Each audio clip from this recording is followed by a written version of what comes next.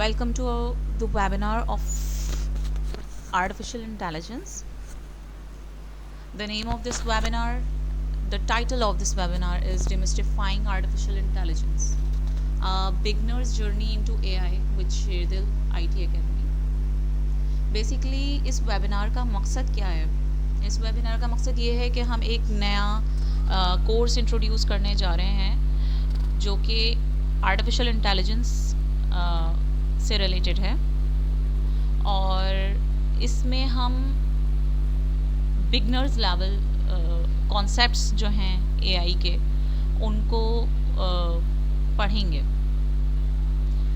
AI के बारे में हम इस वेबिनार में डिस्कशन करेंगे कि ये क्यों ज़रूरी है और क्या रीज़न्स हैं, कहाँ कहाँ इसकी इम्प्लीमेंटेशन है और इसको पढ़ना, इसको लर्न करना हमारे लिए क्यों ज़रूरी है।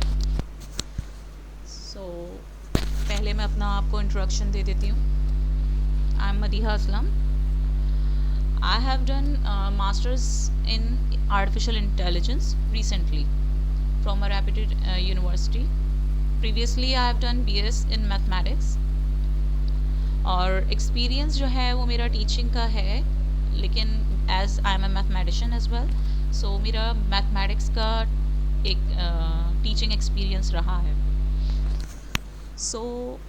अब आपको मुझे बताना है कि मैंने जो प्रोजेक्ट्स पे काम किया है, रिसर्च प्रोजेक्ट्स हैं और वैसे भी हैं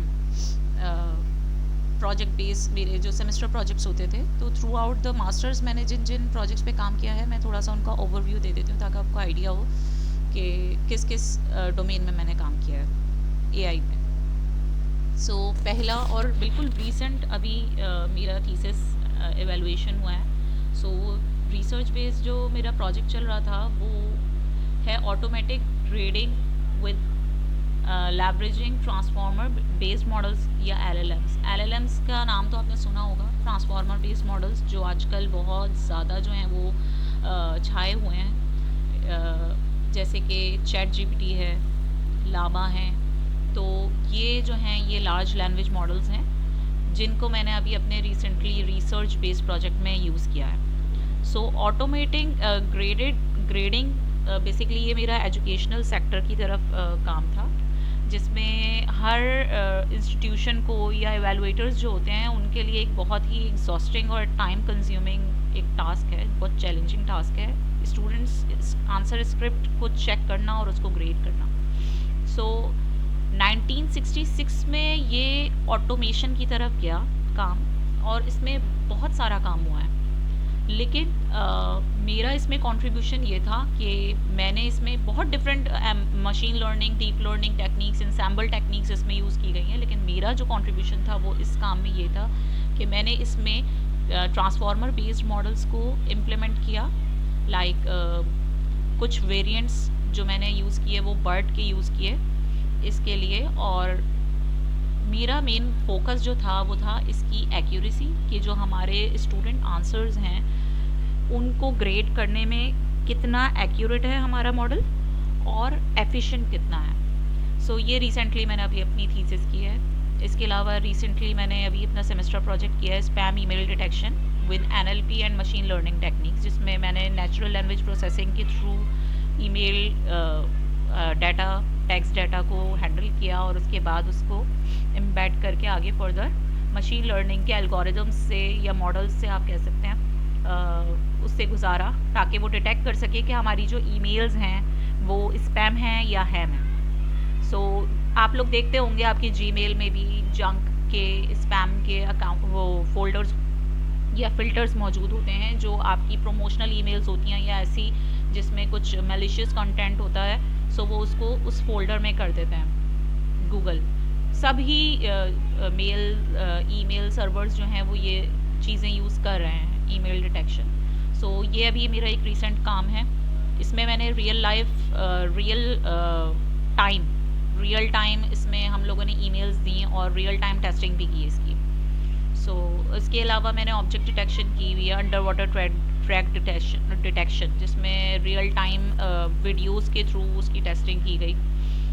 इसके अलावा डीप लर्निंग का मेरा एक प्रोजेक्ट था पाकिस्तान साइन लैंग्वेज का, जिसमें क्लासिफिकेशन मॉडल्स अप्लाई किए थे डीप न्यूरल नेटवर्क के डिफरेंट रोबस्ट आर्किटेक्चर्स को इसमें यूज़ किया गया और उनमें कंपैरिजन किया गया। पाकिस्तान साइन लैंग्वेज का डाटा सेट था और क्लासिफिकेशन बेसिकली इसका काम था।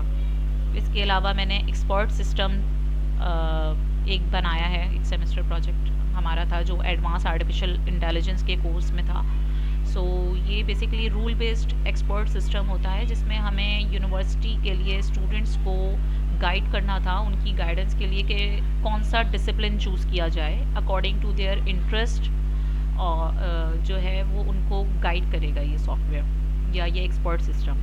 सो फर्दर मैंने बहुत कोर्सेज़ किए हैं since I am a mathematician. So मेरी डोमेन से थोड़ा हटके था एआई। वैसे तो mathematics is the basis of artificial intelligence, but programming की तरफ की जब बात की जाए तो मैंने फिर पाइथन के कोर्सेज़ किए हैं, डीप लर्निंग के और जनरेटिव एआई के भी ट्रांसफॉर्मर बेस्ड मॉडल्स के जो हैं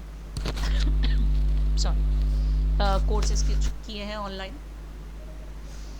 now come to our agenda. इसमें हम लोग आज अपने वेबिनार में क्या क्या चीज़ें डिस्कशन करने वाले हैं, क्या किन किन चीज़ों का। सबसे पहले तो हम ये देखेंगे कि व्हाट इज़ एआई और उसकी कुछ एग्जांपल्स। उसके बाद व्हाई लर्न एआई, उसकी क्या इम्पोर्टेंस है।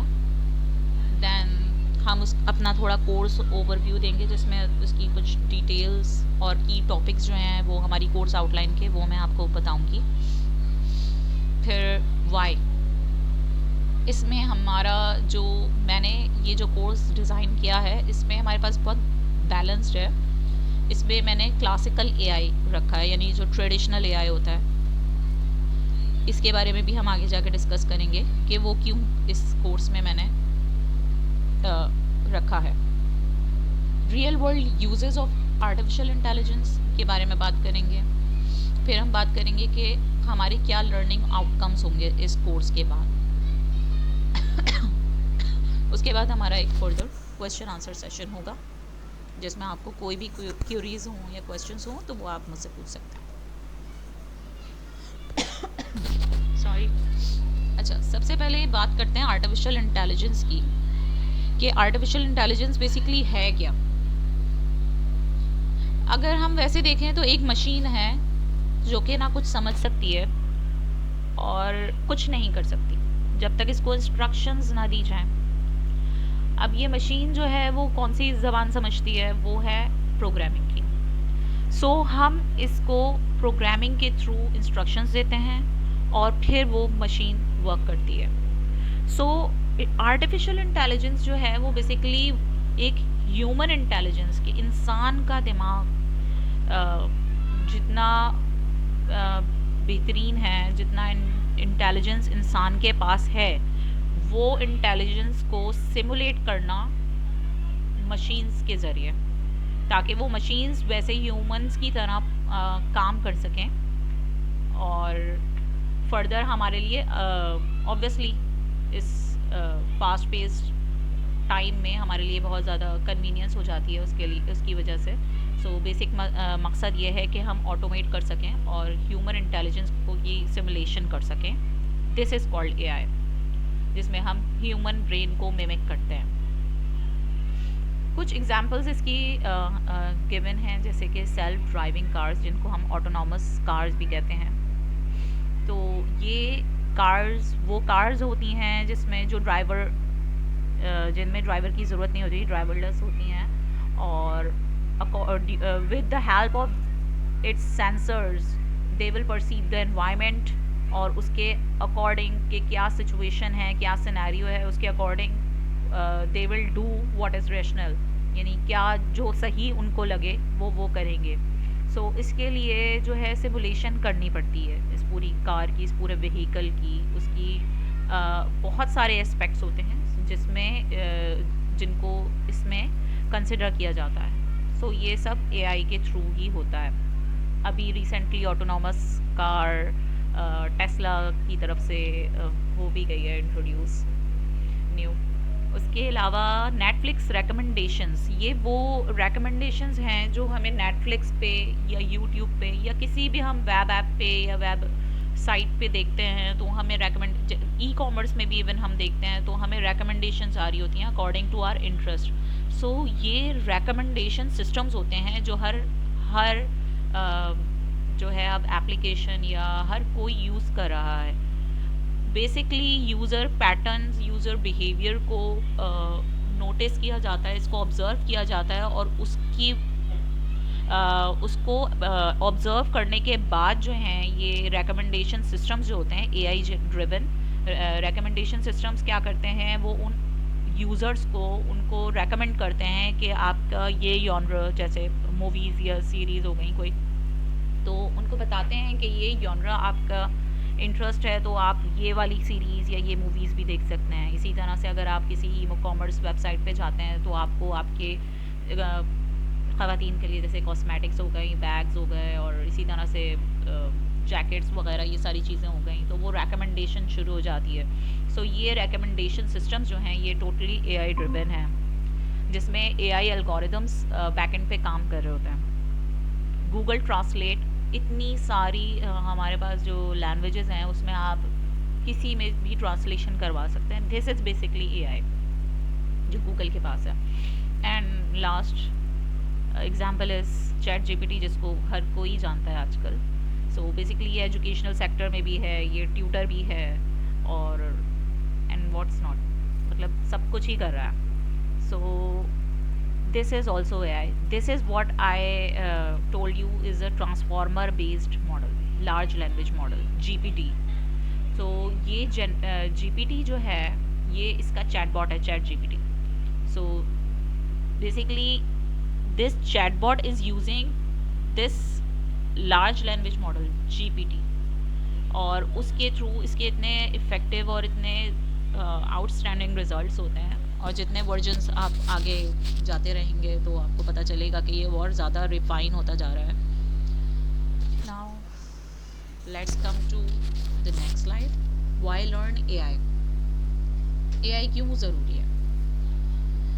आजकल के फास्ट पेस्ड दौर में जहाँ पे हमारी टेक्नोलॉजी इतनी ज़्यादा जो है वो एडवांस होती जा रही है, टाइम कम हो गया है और हमारी टास्क जो हैं या कंपटीशन या ये चीज़ें बहुत बढ़ गई, तो लोगों को चाहिए ईज़, कन्वीनियंस सबको चाहिए होती है। सो उसके लिए हम एआई को बहुत ज़्यादा जो है वो यूज़ कर रहे हैं आजकल। सो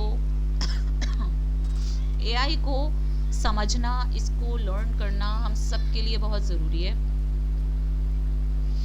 क्योंकि अभी हम 2024 में हैं और इस वक्त एआई हर जगह मौजूद है, हर डोमेन में मौजूद है और फर्दर 2025 और आगे हम जाते रहेंगे तो हर चीज़ जो है वो ट्रांसफॉर्म हो रही है एआई। ऐसी कोई फील्ड नहीं है अब जिसमें एआई इम्प्लीमेंट ना हो रही हो।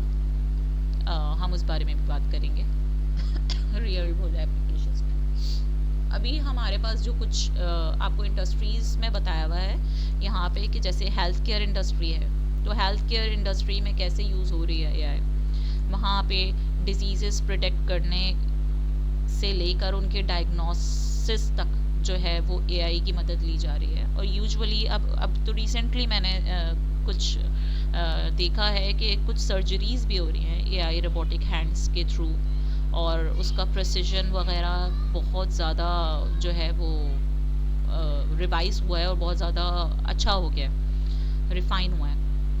तो हेल्थ केयर में बहुत ज़्यादा इसको यूज़ किया जा रहा है।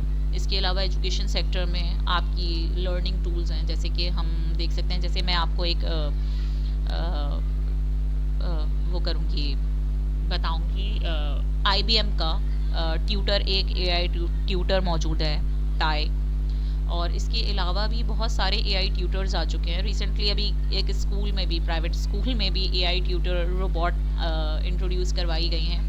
इसके अलावा जो हैं जितने एआई सॉफ्टवेयर बेस्ड हों या हार्डवेयर बेस्ड हों ट्यूटर्स मौजूद हैं, और लाइक चैट जीपीटी को भी आप देख सकते हैं, ये चैटबॉट्स हैं ये भी हमें एजुकेशनल पॉइंट ऑफ व्यू से बहुत ज़्यादा जो है फैसिलिटेट कर रहे हैं। इसके अलावा भी हमारे पास एजुकेशन की बहुत सारी हमारी अपनी टास्क हैं। जैसे मैंने आपको बताया मेरी थीसिस एजुकेशन सेक्टर में थी और वो थी स्टूडेंट्स आंसर स्क्रिप्ट्स को ग्रेड करने के लिए। तो वो भी एक वहाँ पे भी इस जगह भी यूज़ की जा रही है एआई। सो एआई बहुत वास्ट फील्ड है और बहुत सारी इंडस्ट्रीज़ में यूज़ की जा रही है। एजुकेशन में भी वो डिपेंड करता है कि आपकी टास्क क्या है। इसके बाद बिजनेस में कस्टमर्स इंसाइट्स लेने के लिए या ऑटोमेशन की तरफ लेके जाने के लिए अपने बिजनेस को, उसमें बहुत सारे ऐसी होती हैं डिसीजन मेकिंग के लिए आपकी एआई यूज़ हो रही होती है। लाइक इन्वायरमेंट में हम बात करते हैं, मैंने अपना एक प्रोजेक्ट जो फर्स्ट सेमेस्टर में मैंने अपना रिसर्च बेस्ड रिसर्च पेपर एक किया था, सो रिव्यू था, तो वो मेरा एनवायरनमेंट सेक्टर में भी था और एआई में भी था। लाइक एग्रीकल्चर से रिलेटेड था, सैटेलाइट रिमोट सेंसिंग से रिलेटेड था। लाइक जो हमारी सैटेलाइट्स हमारे प्लैनेट के गिर्द रिवॉल्व कर रही हैं, वो इमेजेस जो कैप्चर करती हैं, हम उनके थ्रू अपने एग्रीकल्चरल लैंड्स को देख रहे होते थे कि उसमें कितना कैनपी है, कहाँ वीड्स हैं, कहाँ जो है वो बैरन लैंड है। तो ये सारी चीज़ें मॉनिटर करना, तो इन्वायरमेंट में बहुत ज़्यादा इसका हमारा क्लाइमेट मॉनिटर किया जा रहा होता है और फिर उसको जो है उसके हिसाब से उसकी डिसीजन मेकिंग की जा रही होती है कि हम इन चीज़ों को या जो भी हमारी प्रॉब्लम्स आ रही हैं इन सारी चीज़ों में उनको किस तरह से हम इनको हल कर सकते हैं। सो इन्वायरमेंट में एग्रीकल्चर आ गया, हमारा वेदर अपडेट्स और ये सारी चीज़ें आ जाती हैं जिसमें सैटेलाइट जो है वो इनकॉर्पोरेट की जाती है। सो यहाँ पे भी एआई बहुत ज़्यादा आपको मिलेगी। इसके अलावा एआई को सीखना इसलिए ज़रूरी है कि आपको अपनी जॉब सिक्योर करनी है तो आपको एआई सीखनी है, क्योंकि आजकल इतनी सारी जॉब्स हैं जो वो एआई ने ले ली हैं। लोग बहुत ज़्यादा जॉबलेस हो गए हैं। इवन एक प्रोग्रामर की जॉब भी है, प्रोग्रामिंग आजकल एआई कर देता है। सो जॉब्स जो हैं वो जा रही हैं क्योंकि एआई तेज़ी से बढ़ रहा है। सो अपनी जॉब सिक्योर करनी है तो आपको इसकी स्किल्स जो एआई के लिए यूज़ होती हैं इनको आपको सीखना होगा, ताकि आप अपनी फर्दर फ्यूचर जॉब मार्केट में अपने जो हैं वो लोहा मनवा सकें और अपनी जॉब सिक्योर कर सकें।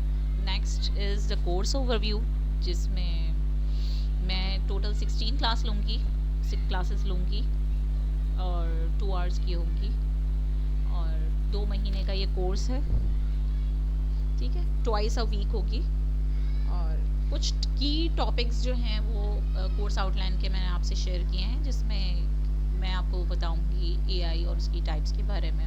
उसके बाद मैं और इसके अलावा इंटेलिजेंस और उसकी टाइप्स के बारे में एक तो है इंटेलिजेंस और एक है artificial intelligence. Artificial intelligence is obviously जो है वो एक ड्राइव्ड है, डेरिवेटिव है, और इंटेलिजेंस थोड़ी इंटेलिजेंस को जिसमें सिमुलेट किया जा रहा है। इसके बाद हम आ जाती हैं जो कोर एआई टेक्निक्स या स्ट्रेटजीज़ हैं, वो हैं सर्च स्ट्रेटजीज़, अनइन्फॉर्म्ड और इन्फॉर्म्ड, जिसमें हम लोग बेसिकली इसमें बहुत सारी चीज़ें हम देखेंगे, जैसे ट्रैवल सेल्समैन, लॉजिस्टिक्स वगैरह में भी बहुत यूज़ होता है ये।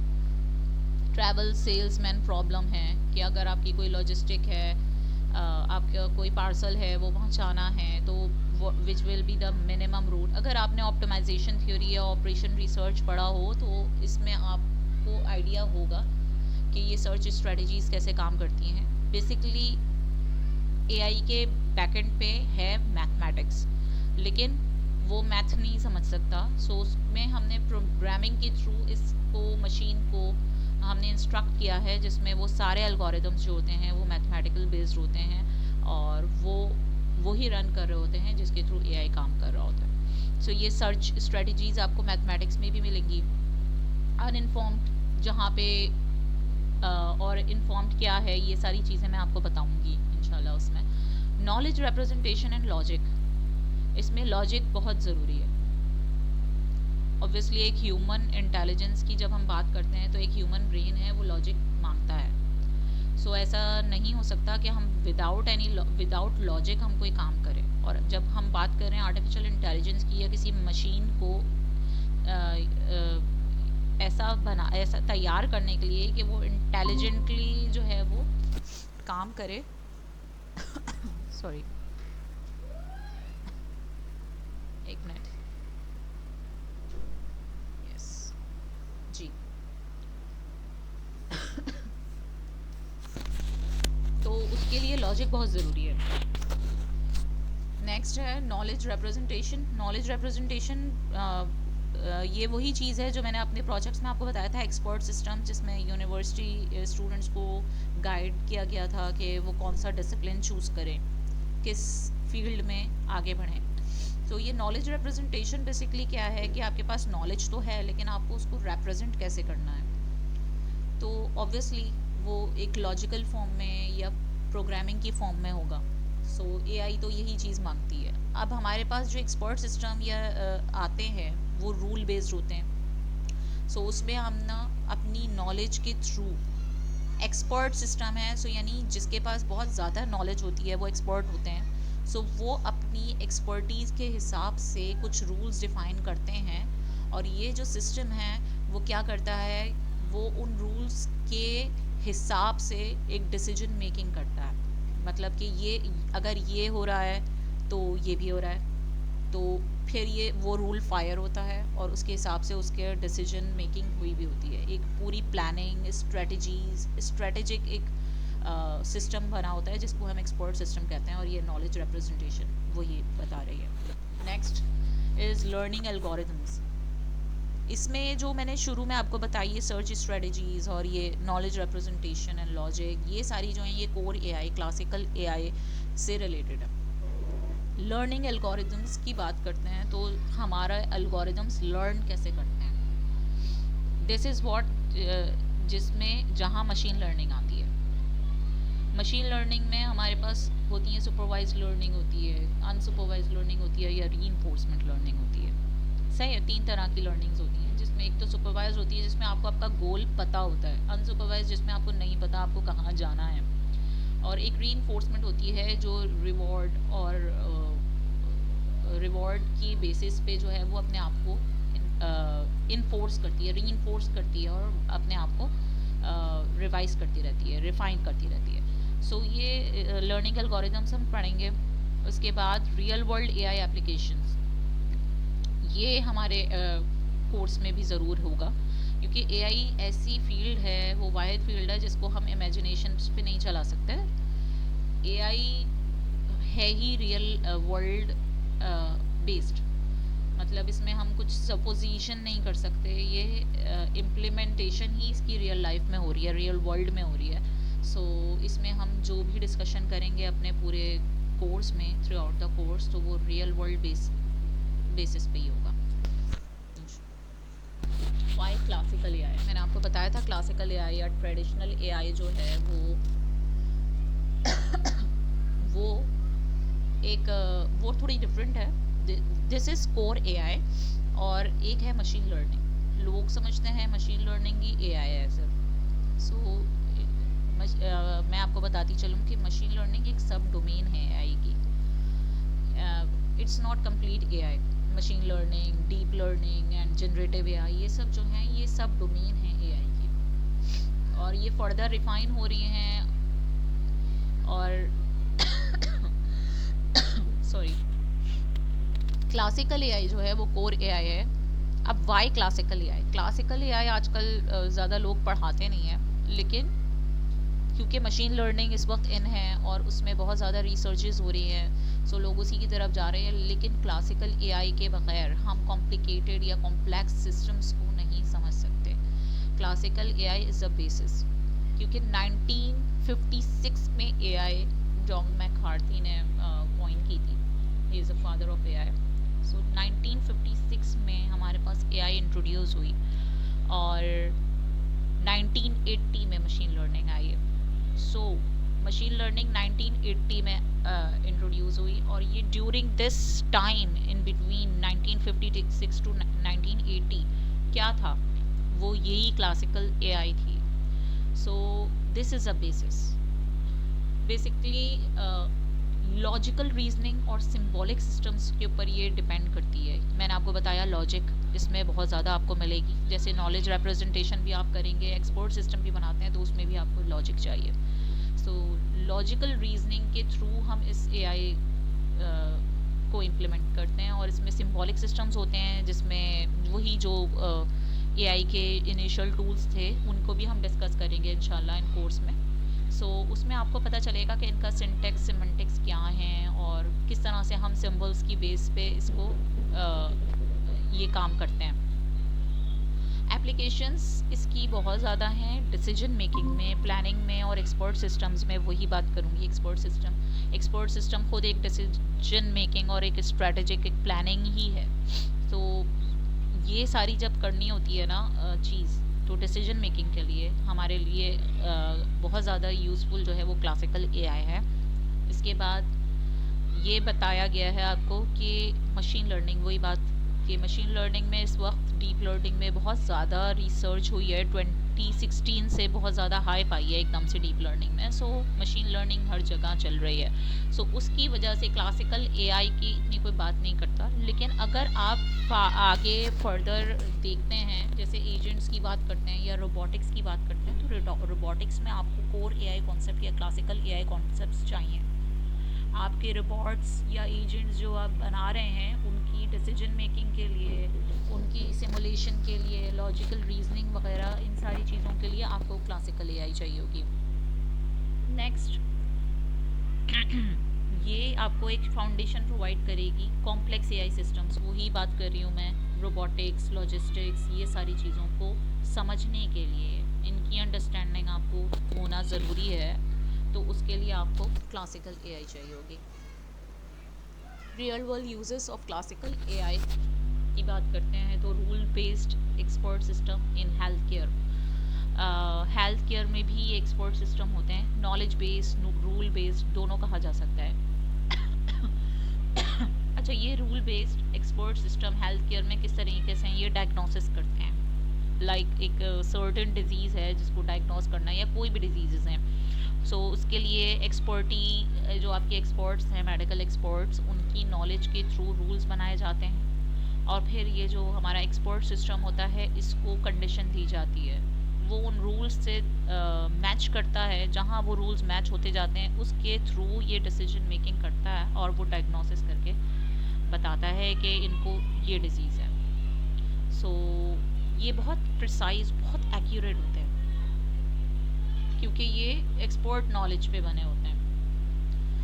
इसके बाद हम बात करते हैं एल्गोरिदम्स की, लॉजिस्टिक और रोबोटिक्स की एल्गोरिदम्स की प्लानिंग के लिए कि कौन सी पार्सल जो है वो किस रूट से होके जा रहा है, कौन सा मिनिमम रूट होगा, कौन कितना एफिशिएंटली ट्रैवल करेगा जिसमें मिनिमम कॉस्ट आएगी, ये सारी चीज़ें जो होती हैं, ये प्लानिंग जो होती हैं, ये एल्गोरिदम्स हम इसमें इसके थ्रू करते हैं। रोबोटिक्स में एक रोबोटिक हैंड भी है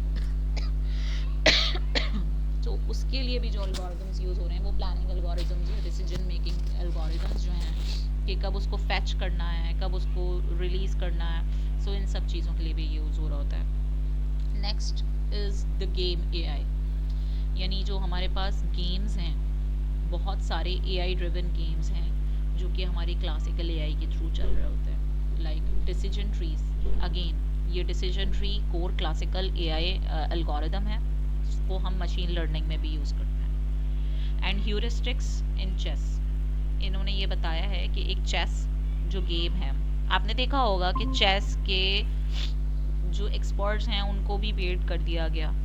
सो वो कैसे होता है, उसके पीछे बैकएंड पे सारी क्लासिकल एआई है। सो ये गेमिंग्स में जो है एआई बहुत ज़्यादा है और क्लासिकल एआई के थ्रू इसको यूज़ किया जाता है, लाइक डिसीजन ट्रीज यूज़ होते हैं, ये वो ग्राफ्स होते हैं, इसको हम पढ़ेंगे आगे इंशाल्लाह। और ह्यूरिस्टिक्स जो होती हैं बेसिकली प्रोबेबिलिटी बेस्ड होती हैं, इनके थ्रू जो हैं वो अपने तमाम जितने भी चांसेस होते हैं कि कौन सी आपको टर्न लेनी है, कहाँ जाना है, कहाँ मूव करना है, सो ये सारी चीज़ें इसके थ्रू देखी जाती हैं। सो इसमें बहुत ज़्यादा यूज़ होती है गेम्स में एआई। इसके अलावा सुडोको है और चेस है, 8 क्वींस प्रॉब्लम है, और उसको कहते हैं रूब्रिक क्यूब्स, आपने अगर देखे हो वो जो कलर्ड होते हैं क्यूब्स, उनको सॉल्व करना भी एआई के थ्रू, वो भी गेम्स हैं, वो भी हम देखेंगे इंशाल्लाह अपने कोर्स पे। नेक्स्ट है knowledge representation in document analysis. Document analysis इसमें हम जो देखते हैं, बहुत सारे डोमेन्स हैं हमारे पास, बिजनेस में भी देख सकते हैं हम कि हमारे पास जो डॉक्यूमेंट्स हैं उनको एनालाइज करना है।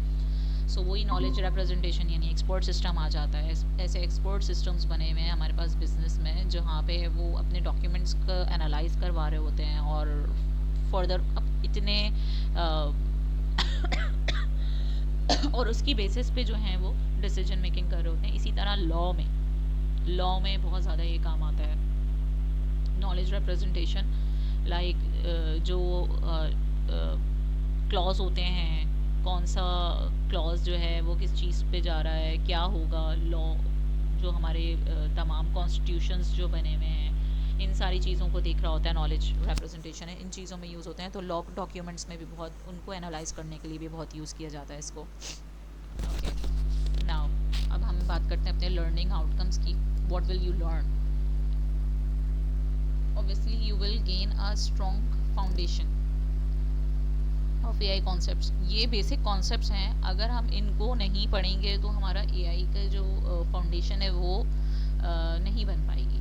ऑब्वियसली मशीन लर्निंग पे हम डायरेक्ट जंप नहीं कर सकते, बिकॉज इट इज़ कर सकते हैं, करने को कर सकते हैं, लेकिन ये कॉन्सेप्ट जो हैं ये कहीं ना कहीं उनसे कनेक्टेड हैं, क्योंकि वो एक सब डोमेन है एआई की, and this is core AI. तो मशीन लर्निंग में भी मैंने आपको जैसे बताया था लर्निंग एल्गोरिथम्स, तो ये क्लासिकल एआई में भी आता है और मशीन लर्निंग में भी आता है, क्योंकि वो डोमेन है तो वो हर जगह से इससे रिलेट करेगी।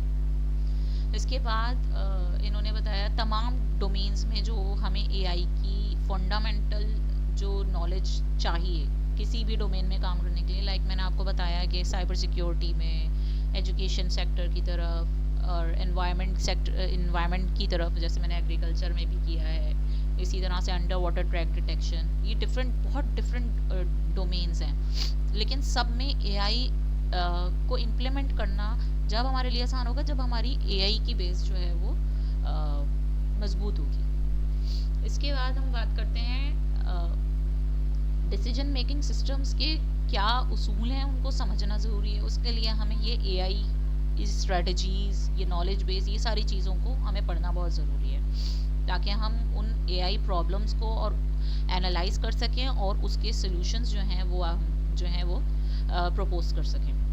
इसके बाद हम बात करते हैं कि एडवांस एआई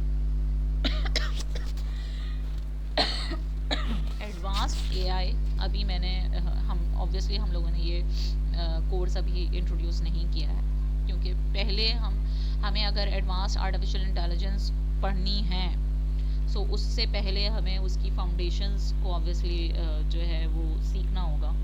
तो इसलिए हमने ये बिगनर्स लेवल कोर्स रखा है, और मशीन लर्निंग कोर्स को पढ़ने के लिए भी हमारे पास ये बिगनर्स लेवल कोर्स इसलिए रखा है कि ये मशीन लर्निंग को भी हम समझ सकें, क्योंकि इसमें क्लासिकल एआई का भी टच है और इसमें मशीन लर्निंग का ओवरव्यू भी एक आएगा, क्योंकि वो अलग नहीं बिल्कुल कर सकते क्लासिकल एआई से।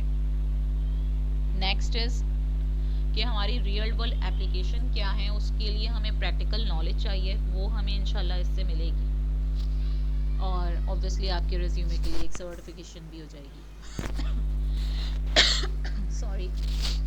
ओके, सो हमारा कोर्स जो है वो 1 जनवरी 2025 से इंशाल्लाह स्टार्ट हो रहा है, and the title of the course is AI beginners level course, AI for beginners.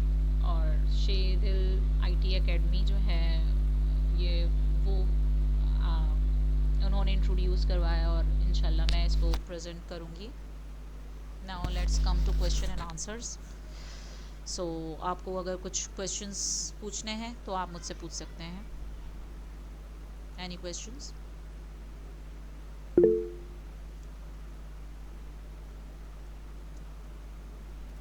Yes. अस्सलाम वालेकुम। वालेकुम अस्सलाम जी उसामा। मैम मुझे कुछ प्री रेक्विजिट्स बताएं, अगर मैं किस फील्ड से हूँ और मैंने क्या क्या किया हुआ है तो मैं कोर्स कर आप सकता हूँ। मुझे पहले अपने बारे में बताएं, आपकी फील्ड क्या है? मैं क्लाउड इंजीनियर हूँ, क्लाउड इंजीनियर। चारों क्लाउड, मल्टी क्लाउड। जी ओके ओके। अच्छा, आप मुझे बताएं आपको प्रोग्रामिंग आती है? पाइथन कह सकते हैं। पाइथन हाँ में प्रो तो नहीं हूँ पाइथन में, बट जी मैं काम कर लेता हूँ, जी जी डेवऑप्स पे काम कर लेता हूँ जी पाइथन जी के साथ। जी बहुत अच्छा। एआई की जो लैंग्वेज है वो बेसिकली ज़्यादातर जो काम है पाइथन पे होता है, आर पे भी होता है, लेकिन पाइथन सी प्लस प्लस इन सब पे होता है, लेकिन मेन लैंग्वेज जो एआई लैंग्वेज कहलाती है ना, प्रोग्रामिंग लैंग्वेज, वो पाइथन है। पाइथन बहुत वर्सटाइल है, जो वेब एप्लीकेशन की तरफ भी है और एआई की तरफ भी है। इसके बहुत सारी मतलब बहुत वर्सटाइल प्रोग्रामिंग लैंग्वेज है। अगर ये आपको आती है सो आपके लिए बहुत आसान हो जाएगा इसको पढ़ना। बाकी आपकी इसकी प्री रिक्वेस्ट 3 है। बेसिकली एआई जो है वो एक कॉम्बिनेशन है मैथमेटिक्स का और कंप्यूटर साइंस का, क्योंकि ऑब्वियसली हम मशीन्स को यूज़ कर रहे हैं तो वो कंप्यूटर साइंस हमारे पास होगी, और मैथमेटिक्स इसके बैकएंड पे है। तमाम जो एआई एल्गोरिदम्स हैं, लॉजिक है, हर चीज़, प्रोबेबिलिटीज़, ये सारे ये कॉन्सेप्ट्स जो आते हैं वो मैथमेटिकल कॉन्सेप्ट्स हैं। लेकिन हम अपनी मशीन को जिसको हम सिमुलेट कर रहे हैं उसको सिखाने के लिए मैंने आपको बताया इंस्ट्रक्शन हमें उसको प्रोग्रामिंग के थ्रू देनी पड़ती है। सो उसके लिए थर्ड चीज़ जो है वो हमारे पास पाइथन प्रोग्रामिंग है। आपकी मैथमेटिकल जो फाउंडेशन है वो स्ट्रॉन्ग होनी चाहिए।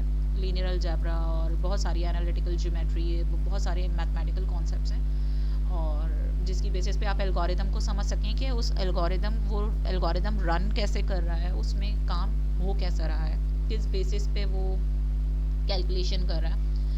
वो कंप्यूटर साइंस की नॉलेज होनी चाहिए, बहुत ज़्यादा नहीं, थोड़ी भी चलेगी, लेकिन और प्रोग्रामिंग पाइथन अगर आपको थोड़ी भी आती है तो आप कर सकते हैं इसको आप इंशाल्लाह मास्टर। सही, थैंक यू सो मच। अच्छा मुझे ये बताइएगा, जो जी। एल्गोरिथम्स होते हैं वो मॉडल्स बने हुए होते हैं और हमको वो ड्राइव करने पड़ेंगे इस कोर्स के अंदर, और देखें इसमें हैंड्स ऑन लैब होगी? नहीं, अच्छा ये मैंने आपको बताया, वैसे मैंने मेंशन भी किया हुआ है कि इसमें हैंड्स ऑन नहीं है, और इसके लिए अभी फ़िलहाल प्री रिक्वेस्ट्स की भी ज़रूरत नहीं है। ये बेसिकली थियोरेटिकल एक तरह से आप कह सकते हैं कि होगा कोर्स, राइट, क्योंकि ये राइट। फंडामेंटल है ना। आपको बेसिक कॉन्सेप्ट्स देने हैं एआई के, ताकि फिर हम आगे मूव करें इंशाल्लाह। इसके बाद हम मशीन लर्निंग पे जाएंगे और फर्दर हुँ, हुँ। एडवांस आर्टिफिशियल इंटेलिजेंस पे जाएंगे। तो जब हम एडवांस आर्टिफिशियल इंटेलिजेंस पे जाते हैं तो वहाँ पे हुँ, हुँ। एआई एल्गोरिदम्स जो हैं वो हम पढ़ाएंगे, जो कोर एआई राइट, एल्गोरिदम से जो मशीन लर्निंग से अलग है, लाइक जेनेटिक एल्गोरिदम सही। है और सिमुलेटेड एनीलिंग है। वो सारी चीज़ें हम नेक्स्ट एडवांस आर्टिफिशियल इंटेलिजेंस में इंशाल्लाह पढ़ेंगे और उसके हैंड्स ऑन भी करेंगे। काफ़ी क्लियर हो गया। Thank you so much ma'am, thank you so you much. Welcome. Any other question? No ma'am, मेरी तरफ से नहीं है। ओके।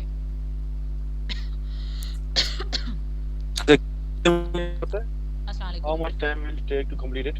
अस्सलाम वालेकुम। वालेकुम अस्सलाम। सॉरी मैंने सुना नहीं, आपने जी क्या जी वालेकुम अस्सलाम। कहा? जी बोलें मुश्ताक। मैं ये कह रहा हूँ कि कितना टाइम लेंगे इसको कंप्लीट करने में आप?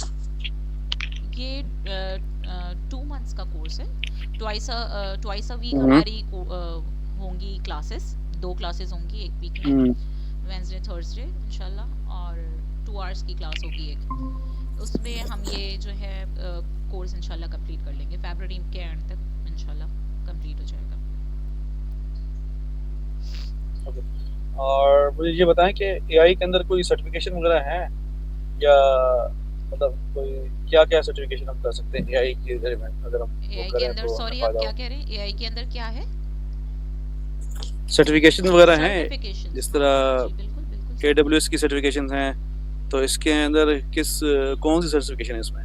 देखें एआई में तो आप जो भी आप ले लें, जैसे मशीन लर्निंग में आजकल बहुत काम हो रहा है, मशीन लर्निंग है, डीप लर्निंग है, जनरेटिव एआई है, आपको कोर कॉन्सेप्ट्स, डाटा साइंस का इसमें बहुत ज़्यादा एक कंट्रीब्यूशन होता है, क्योंकि हम जो काम कर रहे होते हैं वो डाटा पे ही काम कर रहे होते हैं। सो डाटा एनालिटिक्स, डाटा साइंस, ये सारी चीज़ें भी होती हैं, लेकिन वो एक अलग डोमेन, मतलब रिलेटेड है एआई से, लेकिन मेन एआई के लिए तो एमएल, जनरेटिव एआई, आप एलएलएम्स का कर लें, बहुत सारी चीज़ें निकलती हैं। क्लासिकल एआई ओवर शेडोड होती है ड्यू टू एमएल, क्योंकि एमएल में, डीप लर्निंग में, जनरेटिव एआई, ये सारे जो इसमें बहुत एडवांसमेंट और बहुत रिसर्चेज हो रही हैं, इस वजह से क्लासिकल एआई को कोई नहीं छूता।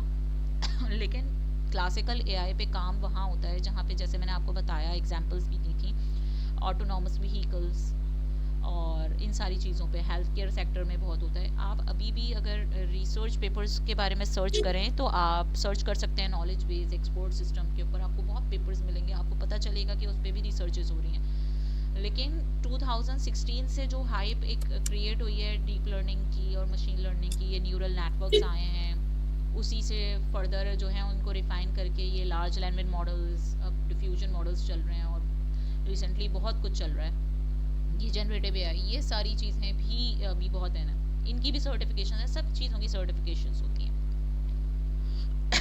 एआई में बहुत सारी सर्टिफिकेशंस मिलेंगी आपको। तो लेट्स से अगर मैं कोई फ्रीलांस में कोई काम करना चाह रहा हूँ जी, तो हेलो,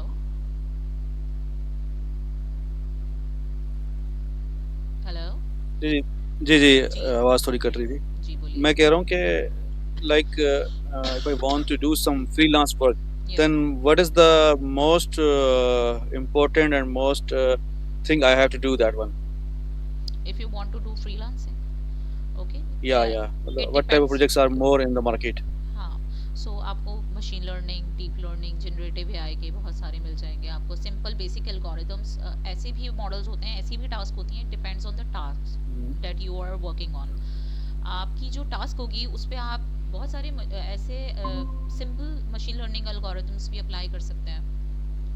बहुत सारे पे ऐसा भी होता है कि जैसे मैंने अपवर्क पे भी देखी हैं, बहुत सारी ऐसी जॉब्स होती हैं, ऐसी टास्क होती हैं जिसमें जेनेटिक एल्गोरिदम्स से रिलेटेड होती हैं, उसके लिए मांग रहे होते हैं। So genetic algorithm, core AI algorithm है सिमुलेटेड, लेकिन they are very difficult to handle, मतलब बहुत आसान नहीं होते।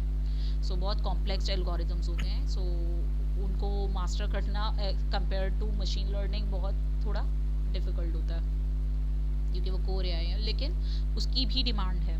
जेनेटिक एल्गोरिदम, सिमुलेटेड एनिलिंग, इन सारी चीज़ों के थ्रू भी जो है कुछ टास्क परफॉर्म हो रही होती हैं, और वो डिपेंड करता है कि आपसे जो आपका क्लाइंट है वो मांग क्या रहा है। सो बस फिर आप जिस अच्छा, जी बोलिए। क्या अभी पाकिस्तानी इदारों ने एआई पे या डेटा साइंस पे या मशीन लर्निंग पे काम स्टार्ट किया है, या अभी भी पाकिस्तानी इदारे जो है ना नॉर्मली वो सॉफ्टवेयर डेवलपमेंट पे ही फंसे हुए हैं, या उसकी तरफ ही नहीं आए मेरे ख्याल में?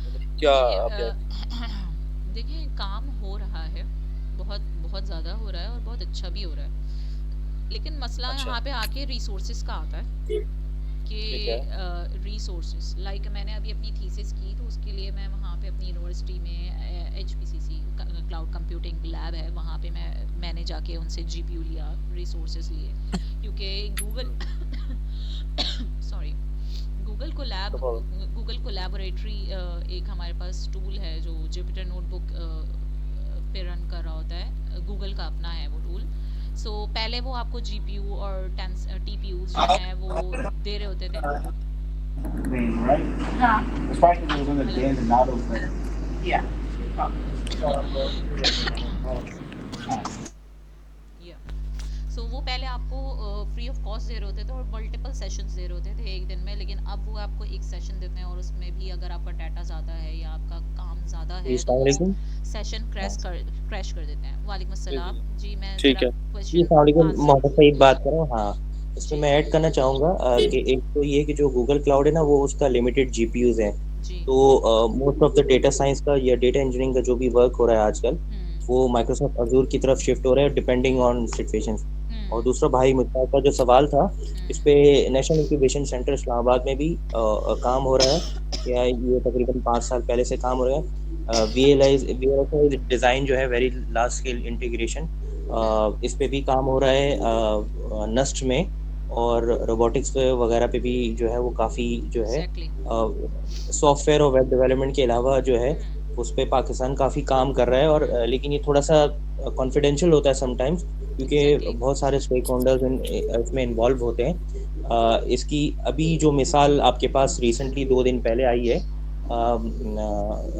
अमेरिकन प्रेसिडेंसी की तरफ से, तो पाकिस्तान की जो 4 कंपनियों का जो इन्होंने डेटा और उस हवाले से जो ब्लॉक किया हुआ है हमारी कंपनीज को, वो इसी हवाले से था कि जो प्रोग्राम्स वो रन कर रहे थे उसमें जो है वो ब्रीच हुई है, ठीक है ना। एग्जैक्टली लेकिन ये कि वक्ती तौर पे ये चीज़ें होती हैं, लेकिन पाकिस्तान इससे पहले से ये काम कर रहा है, लेकिन वो 2% या 3% है, इतना ज़्यादा आउटपुट और इतना ज़्यादा कमर्शलाइज ये नहीं हुआ है। एग्जैक्टली जिस तरह मार्केट इंडिया की मार्केट है और इसी तरीके से डिफरेंट अप्रोच है यूएसए की, तो उस हवाले से तो काम नहीं हो पा रहा। लेकिन ये कि हम थोड़ा-सा है समंदर के अंदर थोड़ा-सा है शामिल हैं। एग्जैक्टली लेकिन हाँ, इसमें आहिस्ते से जब तक कमर्शियलाइज़ गवर्नमेंट की कुछ रेगुलेशंस कम हो जाएँगी, वीपीएन डिलेज़ वगैरह, तो एग्जैक्टली होपफुली इसमें फिर हमारा ज़्यादा इनपुट आता जाएगा। उसकी वजह से तो बहुत ज़्यादा नुकसान हो रहा है फ्रीलांसिंग में देखें या जहाँ पे भी देखें तो वो वीपीएन की जो चल रही है उसकी वजह से तो बहुत ज़्यादा नुकसान भी हो रहा है जी, जी। लेकिन हाँ, ये हमारी जी, जी, हाँ वक़्ती तौर पे ये होता है क्योंकि जी हर कंपनी, हर कंट्री जो है अपनी रेगुलेशंस है। एग्जैक्टली जहाँ पे सऊदी अरब में जिस तरह व्हाट्सऐप पे है और जी व्हाट्सऐप ये टेलीकम्युनिकेशन बहुत ग्रुप अच्छी का बहुत चीज़ है ज़्यादा कि कोई पॉलिसी जी, मेकिंग हो रही है पाकिस्तान में ये बहुत अच्छी चीज़ है वरना कोई जी, जी। पॉलिसीज़ नहीं है और कंट्रीज़ हाँ, अपना डाटा पॉलिसी सब चीज़ें सिक्योर जी, करते हैं हमारा रिसेंटली नादरा में इतना ब्रीच हुआ है इतना बड़ा सो पॉलिसीज़ होनी चाहिए और उसके लिए थोड़े बहुत मुश्किलात तो झेलनी पड़ती हैं एंड नादरा से पहले नेशनल बैंक में पाकिस्तान नेशनल बैंक कराची जी सेंटर जी जी और उसके डेटा सेंटर पे 2 दफ़ा ब्रीच हो चुका है 2021 में और जी जी 22 में। तो उसकी वजह से गवर्नमेंट ने क्योंकि जो नेशनल बैंक में ना मोस्टली जो है वो सारे गवर्नमेंट एम्प्लॉइज़ की सैलरीज़ वगैरह या गवर्नमेंट के सारे जी प्रोग्राम्स उसमें रन जी कर रहे होते हैं।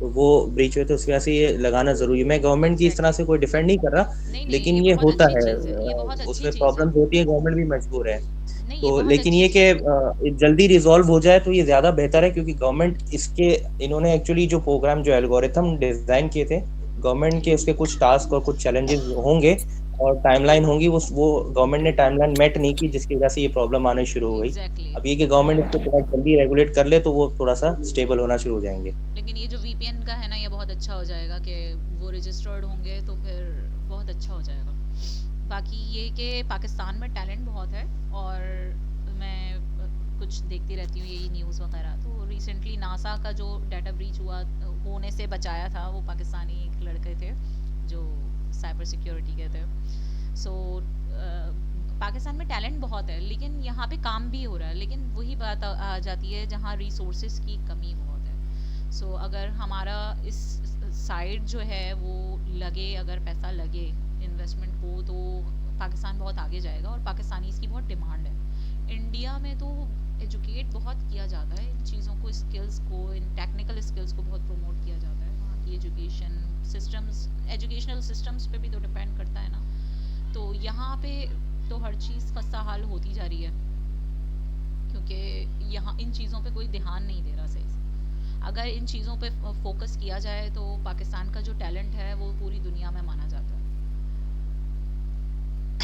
Any other question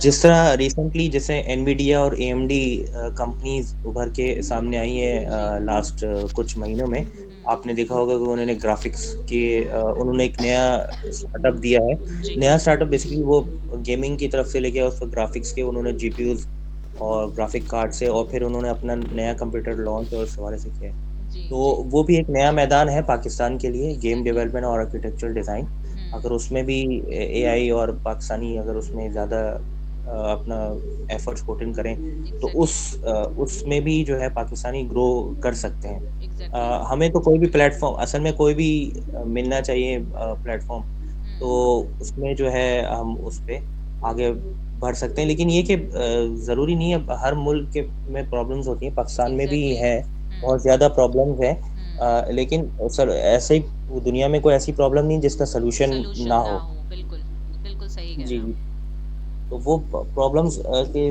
solution based हो वो आ जाती है जारी बात है जब एग्जैक्टली सॉल्यूशंस आप प्रोवाइड करेंगे तो दुनिया आपको प्रमोट करेगी तो एग्जैक्टली इस हवाले से हाँ लेकिन ये कि फंडिंग ये भूल जाएं कि फंडिंग आपको कोई करेगा फंडिंग कोई भी नहीं करेगा पाकिस्तान को खुद से ही कुछ करना पड़ेगा खुद से एग्जैक्टली थोड़ा सा लगाना पड़ेगा फिर जाके वो उसमें फिर हम कुछ हमारी जो एफर्ट्स हैं वो कामयाब हो सकते हैं बहुत सारी 90% एफर्ट्स जो है वो नाकाम ही होती हैं फर्स्ट स्टार्टअप पे ये प्रॉब्लम्स हुआ है नेशनल इंक्यूबेशन सेंटर खुद जी मेरी मिसाल है मैंने भी 1-2 स्टार्टअप लॉन्च किए थे लेकिन वो थोड़ा-सा फेल प्रोसीजर्स पे चले गए ओके लेकिन ये कि मैं थोड़ा-सा उसका वे आउट भी ढूँढ रहा हूँ समटाइम्स हो सकता है कि वो प्लेटफ़ॉर्म मेरे लिए सूटेबल नहीं था लेकिन ये कि इंशाल्लाह हमारे जितने भी साथी हैं जो भी यानी जिस तरह शेरदिल में आए हैं, जिस तरह उस कर रहे हैं, कोर्सेज कर रहे हैं, तो होपफुली कोई ना कोई प्लेटफॉर्म ज़रूर मिलेगा। बस हमें बस एफर्ट्स पुट इन करनी है, कहीं ना अच्छा। चीज़ें अल्लाह ताला आपके